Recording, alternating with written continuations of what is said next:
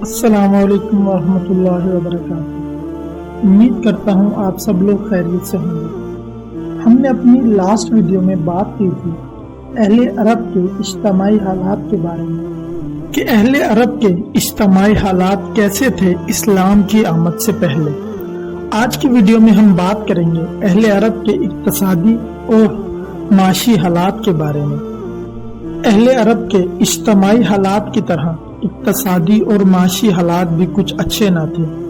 صرف تجارت ہی ان کے لحاظ سے ضروریات زندگی پورے کرنے کا ایک مقصد تھا، اور تجارت کے لیے امن و امان کی فضا ہونا ضروری ہے، ورنہ تجارتی آمد و رفت نہیں ہو سکتی۔ جبکہ ان کا حال یہ تھا کہ سوائے حرمت والے مہینوں کے علاوہ عرب میں امن اور سلامتی کا کوئی وجود نہیں تھا، اور یہی وجہ تھی کہ حرمت والے مہینوں میں عرب کے مشہور بازار عکاظ، ذی المجاز اور مجنہ لگا کرتے تھے۔ جہاں تک صنعتوں کا معاملہ ہے تو عرب اس معاملے میں بھی بہت پیچھے تھے۔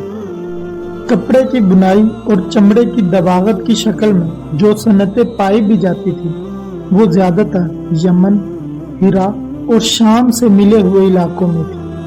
البتہ ان دنوں عرب میں غلہ بانی اور کھیتی باڑی کا کسی قدر رواج موجود تھا، اور اہل عرب کی زیادہ تر عورتیں سوت کاٹتی تھیں۔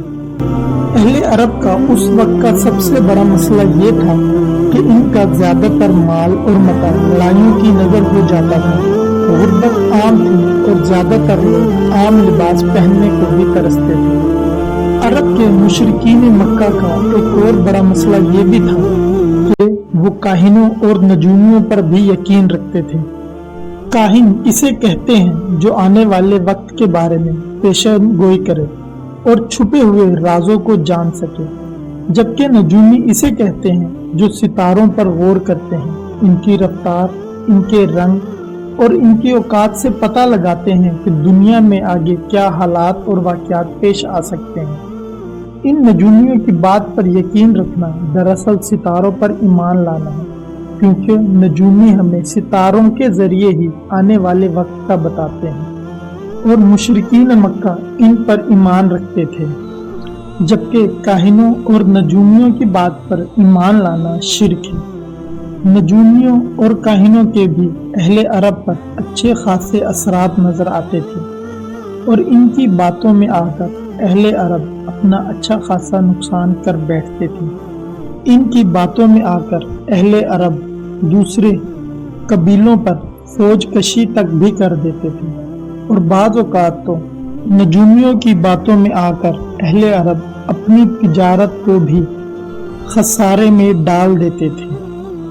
آج کے لیے اتنا ہی، جلد ملیں گے ایک نئے موضوع کے ساتھ ایک نئی ویڈیو میں، اور جانے سے پہلے صرف اتنا کہنا چاہوں گا کہ اللہ تعالیٰ سے وہ طلب کرو جو تمہارے حق میں بہتر ہو، نہ کہ وہ طلب کرو جو تم چاہتے ہو سکتا ہے تمہاری چاہت بہت کم ہو اور تمہارا حق بہت زیادہ ہو۔ اسی بات کے ساتھ آج کی ویڈیو ختم کرتے ہیں، جلد ملیں گے، اللہ حافظ۔